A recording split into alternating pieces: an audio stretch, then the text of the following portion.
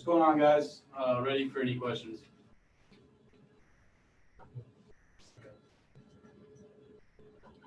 Alex, just how have the first few days been of camp, and how have you been feeling?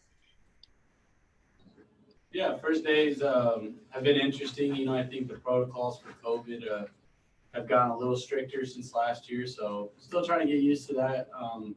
But other than that, I think everybody's doing a great job. You know, with you know how everything has changed. Everybody's still getting into work. We just have to follow a schedule a little bit tighter. But other than that, I feel good. Me personally, my body, I feel a lot better than I did at this point last year. So that's a big thing for me. And yeah, I feel good and just excited to kind of start stepping into some live ABs and get ready for spring training and all that. Alex, it certainly looks like you're going to be playing a lot of center field. I know you did that in LA. I know you did it a little bit last year. How did you find center field in Fenway, maybe compared to right and all the area to cover? And what are your general thoughts about playing center more this season? Yeah, for me, it's, I love center. It's kind of like, I wouldn't say it's my natural position. That's just what I played the most growing up. I played a lot of center field. That's just where a lot of my reps were. I've always prided myself on being good in either of the three outfield positions. So it will be the same this year. This year you go out there, every ballpark you go, we all do it. You kind of just get the dimensions right, get a couple balls off the wall, understand the angles that it takes. And, maybe if there is some weird stuff, like for Boston, we have the 420 in right center. So you just got to kind of understand that bullpen comes in off that and just how certain dimensions are. But other than that, it's the same game. You got to go up there pre-pitch, be ready, and when the ball's hit, make a good, have a good jump, have a good route, and get there. With Andrew gone and Jackie probably gone, is it weird to think that you're now like kind of the veteran of the outfield on this team with Franchi and Renfroe and Marwin? Yeah, it definitely is unique. It's weird, but also we have some guys that have that they're ready to step up, and I think this ballpark with the dimensions that we've already mentioned, I think it's going to play for their swings, and I think they're going to surprise some people. But yeah, it definitely is. It is weird. I kind of mess around with JD a lot right now, just telling him I'm the longest tenured outfielder that we have. Obviously, he is because he's played some outfield here and there, but I like to give him a hard time. Alex, how tough has it been this winter trying to figure out where to prepare for? Because, obviously the Red Sox have been very vocal about still being in touch with Jackie. You guys had Jackie last year. You don't know really where you're going to play. Have you preparing to play all three outfield spots, or how have you prepared so far? Yeah, I think preparation stays the same. It's my biggest thing is, physically, do my stuff in the weight room, do my core, and the baseball stuff will play with, preparing from to left to center to right. There's no difference for me. It's just every time I come back and I start doing my defense work, it's all the same. I work on my hands. I work on coming in on the ball. I work on, cutting a ball off, going into the gaps, my angles and all that stuff. So with all that, it's all the same. There's no different preparation for center, right, or left. Did you learn watching Jackie last year? And if so, what did you take away from watching him?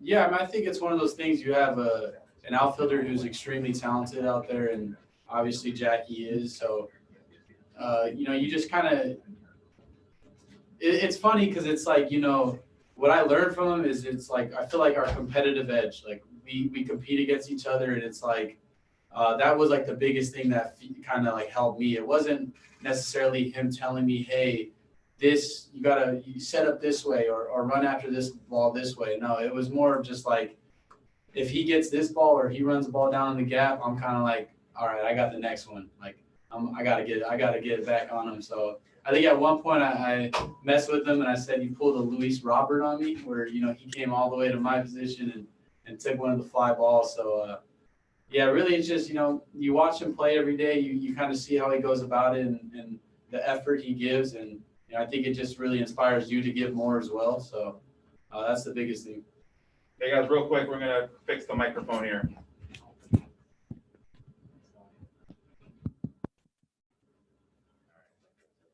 How about on this side? Good.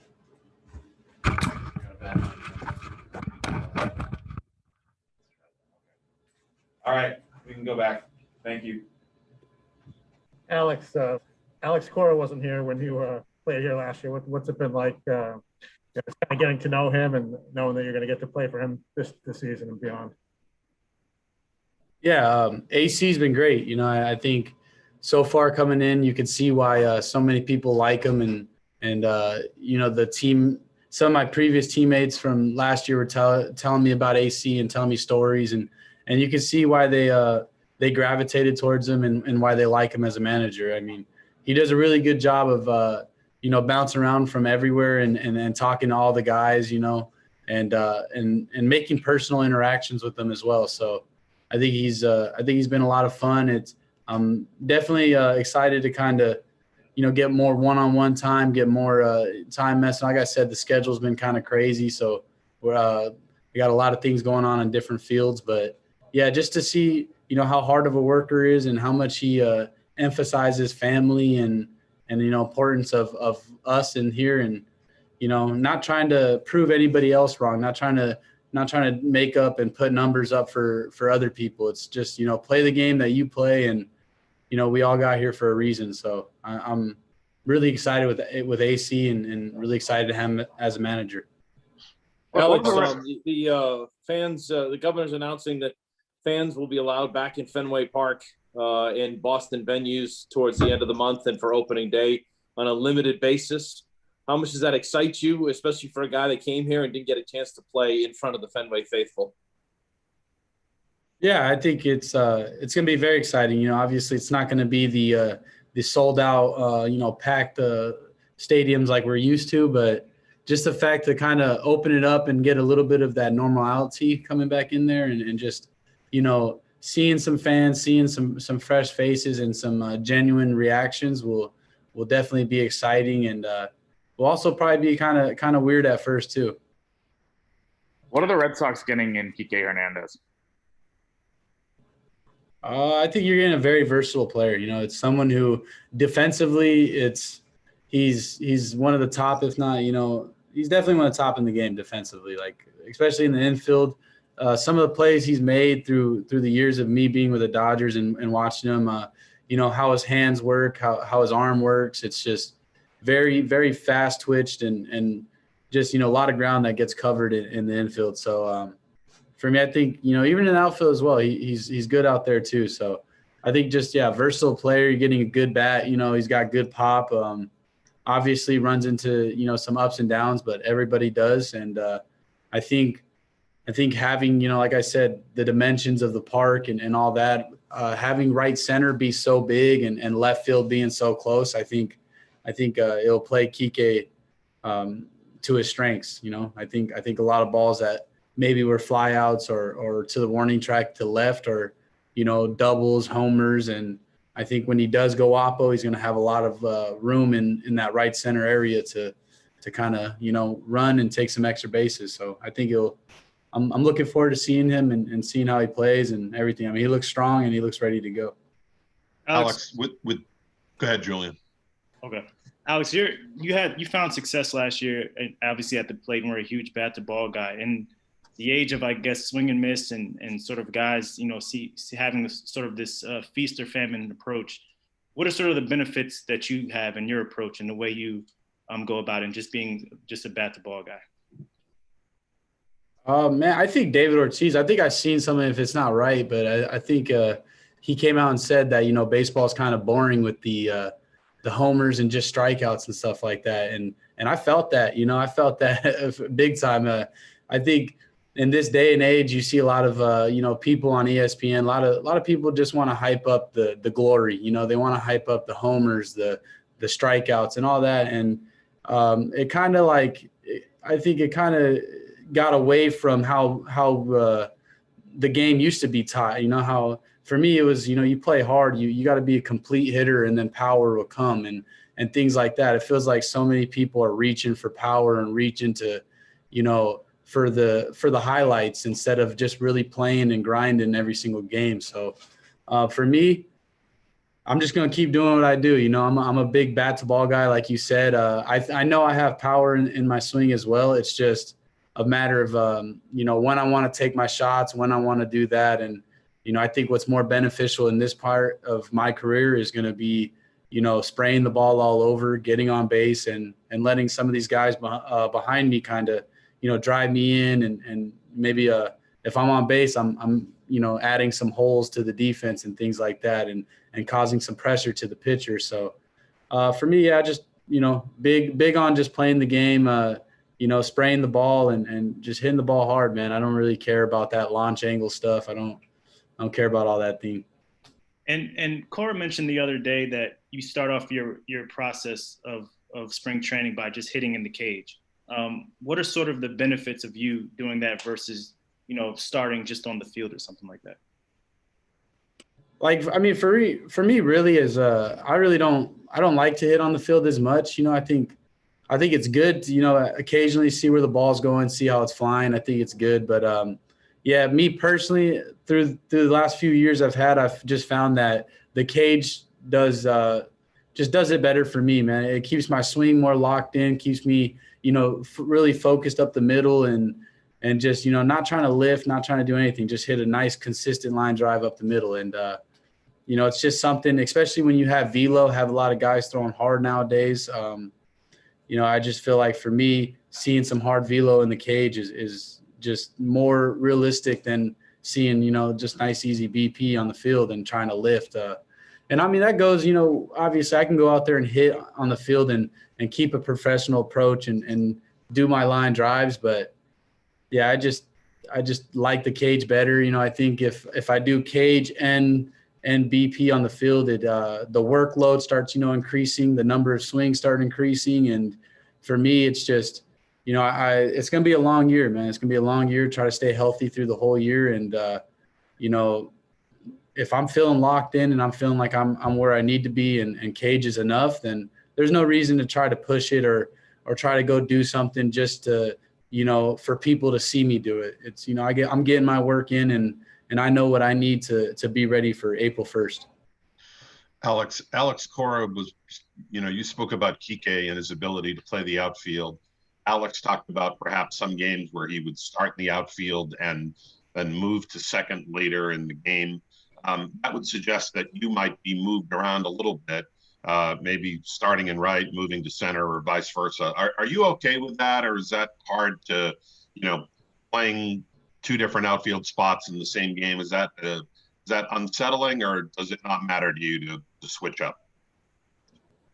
Yeah, it really doesn't matter. I mean, at the end of the day, it's the fact that I'm even out there and I have a position in the lineup. I have a spot to play out there is the biggest thing. And, anything beyond that is just, kind of just doing a little too much. Like, yeah, do I want to stay in one spot? Yes. Like, yeah, ideally. But, if I have to bounce and I have to, maybe some guy needs a day off and to get Kike out there, he's got to be in the center. Like, yeah, that's fine. I'm open to it. I'm willing to it. I think my biggest thing this year, and this is more like of a selfish thing in that aspect, is like, I just want to accumulate enough innings in one position to, qualify for some certain things like, defensive awards and things like that. But, as far as being versatile and everything with that, hey, man, if I'm in the lineup, I see my name penciled in the lineup and all that, I don't care where I'm playing. I'm happy to go out there and compete. Alex, before last year, you hadn't had a ton of leadoff experience, and obviously did it really well in that spot last year, and seemed like the front runner to take over leadoff this year too. What kind of helped you in that role last year, and did you do anything differently or prepare any differently or talk to anyone about hitting leadoff? No, I mean, I hit a little bit of leadoff when I was in low A through my minor league career. I had a little stretch where I did that, and I actually ended up liking it too. But once again, leadoff spot is one of those things that, it's a roller coaster, man. Because when you're going good and you're getting those 5 at bats, a game, it's fun, and then when you're not going so good, you can't really feel your swing and you're getting those 5 at bats, you're like, oh man, it's tough. I got to grind a little bit. But yeah, for me, it was just, learning how to really be, just how to handle that first at bat, man. I had a lot of like inner, mixed feelings. I was like, do I want to swing at the first pitch? Do I want to have a good at bat and like see a lot of pitches, or do I want to be aggressive and try to set the tone? So, I found myself kind of in the middle at times. And, when I wanted to be aggressive, I would swing at bad pitches. And when I was being passive, I was letting pitches go right down the middle. And I was like, oh my, there's my pitch. So for me, it was just, I just kind of got past that, man. I just had to go up there and just have my at bats and pretend like it wasn't to lead off the game. Just go in there and see the ball and work from there. And too many times I get caught up and my mind speeds up about, the results instead of the actual process of getting it. So, for me, it was just slow down my mind, slow down my body, and let's take it pitch by pitch. Let's actually see the ball and then we can react and hit it and go from there. Alex, what was it like watching the Dodgers win the World Series in October? I mean, I'm happy for the guys. You know what I mean? It's a bittersweet moment because at the same time, like, I want that ring. I want to still be a child. I mean, I want to be a champion, but I think things work out for reasons and coming over here and being with the Boston and being with the staff and the teammates and how I feel like, I get along and I gel with the guys. I think the fit here is better. I think, this is where I was supposed to be. And yeah, I think it's just going to make it even more special when we do get that ring and we win it here. But it was, it was fun, man. I still got a lot of friends over there. Still had some guys that, you root for. And it's like, at the end of the day, I put a lot of blood, sweat, and tears into, the minor leagues and to getting to the bigs and just, playing next to these guys. So to see their dreams and that come true, it's amazing. And now it's just, hopefully we see them and we get to beat them and get that little satisfaction that way. Good. Yeah.